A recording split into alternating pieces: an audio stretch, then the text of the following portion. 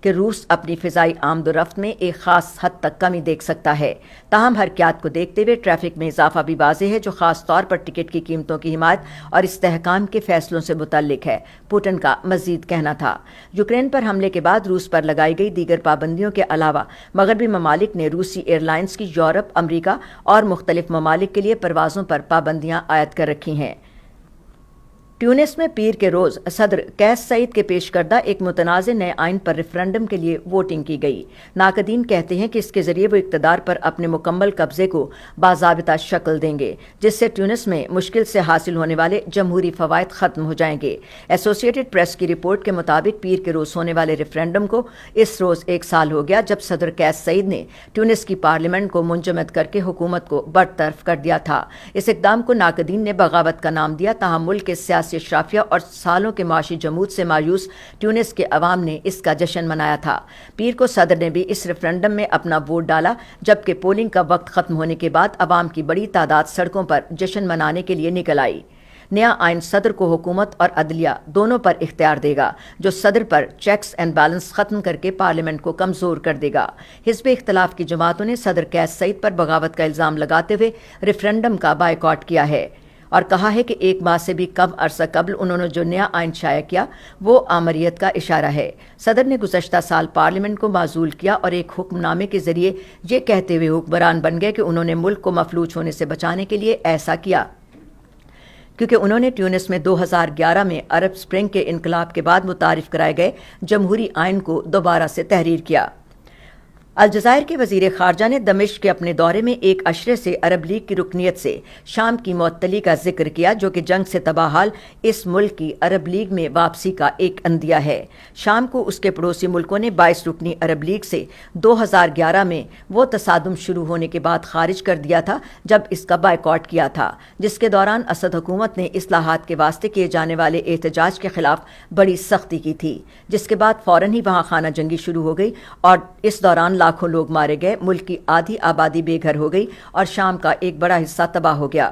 الجزائر اس سال نومبر میں عرب لیگ کے سربراہ اجلاس کی صدارت کرے گا اور دمشق میں اسد حکومت خطے میں سفارتی تعلقات بحال کرنے کے لیے بے چین ہے۔ اور آئیے اب کچھ خبریں افغانستان سے متعلق بین الاقوامی کانفرنس 1 روز کی تاخیر کے بعد آج ازبکستان کے دارالحکومت تاشقند میں شروع ہو گئی۔ ازبکستان کی میزبانی میں ہونے والی اس کانفرنس کا موضوع ہے افغانستان، سلامتی اور اقتصادی ترقی، اور اس میں 20 ممالک اور بین الاقوامی تنظیمیں شرکت کر رہی ہیں۔ طالبان کے عبوری وزیر خارجہ امیر خان متقی نے کانفرنس سے اپنے خطاب میں دنیا سے مطالبہ کیا ہے کہ وہ طویل مدتی جائز 2 طرفہ مفادات کو محفوظ بنانے کے لیے طالبان حکومت کے ساتھ باضابطہ رابطے شروع کرے۔ انہوں نے کہا کہ ہم نے دوحہ معاہدے میں عالمی برادری کے ساتھ یہ عہد کیا کہ کسی گروہ یا فرد کو افغانستان کی سرزمین کسی دوسرے ملک کے خلاف استعمال کرنے کی اجازت نہیں دی جائے گی۔ انہوں نے کہا کہ میں یہ واضح کرنا چاہتا ہوں کہ ہم علاقائی اور عالمی سلامتی کو افغانستان کی سلامتی سے منسلک دیکھتے ہیں، لہٰذا ہم اپنی تمام حفاظتی ذمہ داریوں سے باخبر رہتے ہیں۔ طالبان وزیر خارجہ نے اس توقع کا بھی اظہار کیا کہ امریکہ بھی دوحہ معاہدے کے پہلے حصے میں کیے گئے وعدوں کو پورا کرے گا۔ انہوں نے امریکہ سے طالبان کے منجمد اثاثے بھی غیر مشروط طور پر واپس کرنے کا مطالبہ کیا ہے۔ امریکہ کے افغانستان کے لیے نمائندہ خصوصی تھامس ویسٹ اور افغان خواتین، لڑکیوں اور انسانی حقوق کے لیے خصوصی ایلچی رینا امیری ازبکستان میں افغانستان کے بارے میں ہونے والی بین الاقوامی کانفرنس میں شرکت کر رہے ہیں۔ امریکی وفد کانفرنس کے دوران بین الاقوامی برادری کے ساتھ مل کر افغان عوام کے لیے اپنی غیر متزلزل حمایت کو اجاگر کرے گا اور طالبان سے افغان عوام اور عالمی برادری کے ساتھ کیے گئے وعدوں کی تکمیل پر زور دے گا۔ بین الاقوامی برادری ایک ایسے مستحکم، پرامن اور جامع افغانستان کے لیے عزم ہے جہاں خواتین، نسلی اور مذہبی کمیونٹی سمیت تمام افغانوں کی انسانی حقوق اور آزادیوں کا احترام کیا جائے اور جو افغان سرزمین سے دہشت گردی کے خطرے کو روکے۔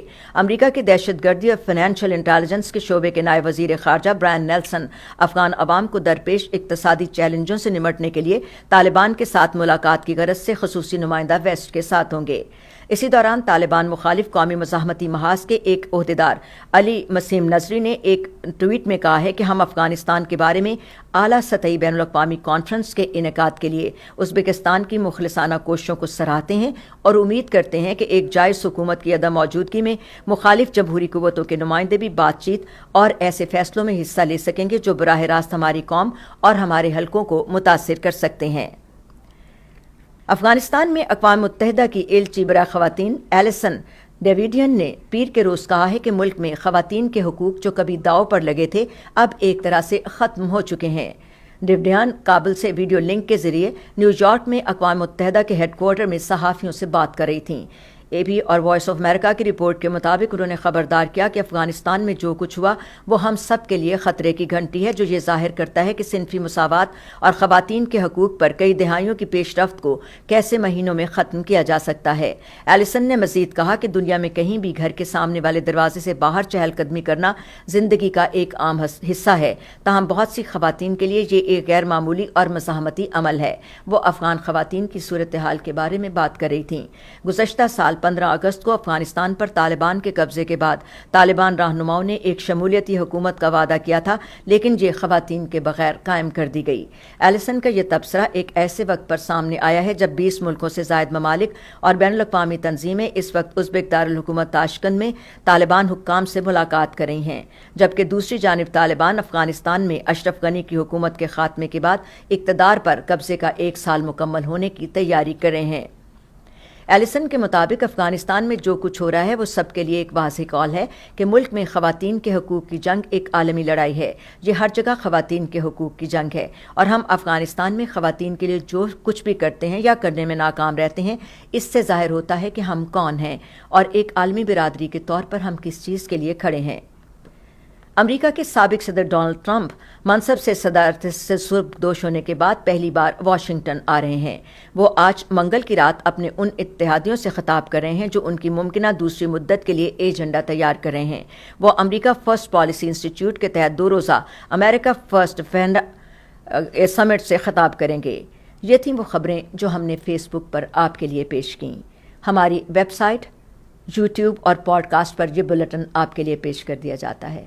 آپ ہمارے ان بلیٹنز کو شیئر کرتے ہیں، ہمارے لیے اپنی رائے کا اظہار کرتے ہیں۔ اپنی ان محبتوں کو اسی طرح جاری رکھیے گا۔ وائس آف امریکہ واشنگٹن کی اردو سروس سے بہزت جیلانی اب آپ سے اجازت چاہتی ہے۔ آپ سے پھر ملاقات ہوگی۔ اپنا خیال رکھیے گا۔